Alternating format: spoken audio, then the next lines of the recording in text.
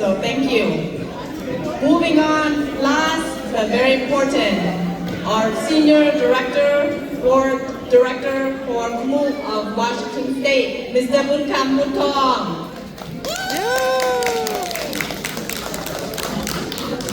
สบายเลยปีนเล่เนาะสกีกับมือมีสำคัญแต่ว่าก็มุ่งอีกรอบถูกโยนก็คือรวมยอดมุ่งปีใหม่การเสริมสลองเนาะประจำปีก็ปกติเมื่อประธานปรีมประธานนั่นเองจะรอดนาต่อไปนึงประธานปรีมก็เสียนชิสวัสดิ์ก็เอาเรียกมารอด4 ปีอย่างไรการเรียกการต้องเกิดกับนักสละเวลาจอยอันนาขมูอย่างที่เชื่อยังพอยันพอมาจอยย้อนในเมื่อมากอยู่กับจอยก็จะจอยเพื่อนแล้วก็การเรียกก็คือต้นรวมกับเมื่อง่ายๆก็ยากพอต้องเข้าใจก็คือเพื่อดูคณะกรรมการซ้ำกันสิ้นกันแหละคือสละเวลาจอยจนขึ้นอยู่กลางนอกก็คือว่าเราเป็นต้นยอดคือเป็นผักพรก็เอามาพักผ่อนคือยาตะการเลยนะต้นอะไรก็เขาบอกว่าแก้เบอร์นาถามคนแก้วแซงคนตานั่นเองปี2526เป็นก็พร้อมด้วยคณะกรรมการเงินหลวงก็ดำเนินงานเจริญก้าวหน้าแล้วก็คือคณะกรรมการมันยอดแต่งตั้งแล้วก็เขาบอกเขาแก้ก็จะต้องสละเวลาจอยกระมุ้งเองนี่แหละข้อความก้าวหน้าประโยชน์เนอะข้อภาษาลาวในหนึ่งเนาะก็แสดงความขอบใจกับแขกผู้มีเกียรติที่ได้มารวมงานสมาคมกุมุของวันนี้แล้วก็ขึ้นว่าเป็นระยะ47 ปีที่เขาได้ตั้งสมาคมตัวนี้กับพระเจ้าเองเป็นผู้จัดตั้งสมาคมขึ้นกับเกลกอง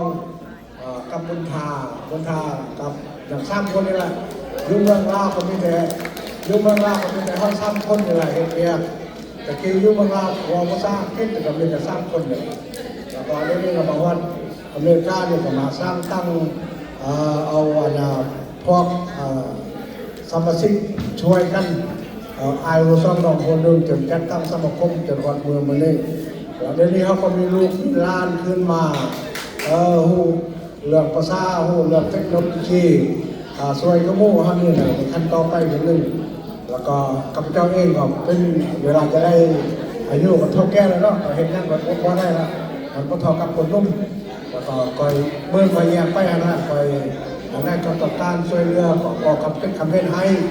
เราได้ก็คอยสมาคมอันนี้อยู่ความก้าวหน้าต่อยอดแต่ว่าพอท่านมาบริเห็นคือประธานบอกแล้วท่านบริเห็นเขาก็มีแค่นอกจากที่ก็แสดงความขอบคุณกับท่านในบ้านก็ท่านอุ่นแก้วดาราเป็นในบ้านคนที่สร้างคนที่เห็นเนี่ยก็เป็นในบ้านเห็นเดี๋ยวเขาไปจัดตั้งเรื่องสมาคมมา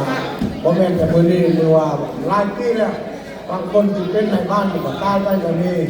แล้วก็ได้นี้เขาก็นำเรื่องต่อยอดแล้วก็ต่อยอดขอบคุณกับเทรซี่กับไบรอันที่ซัพพอร์ตให้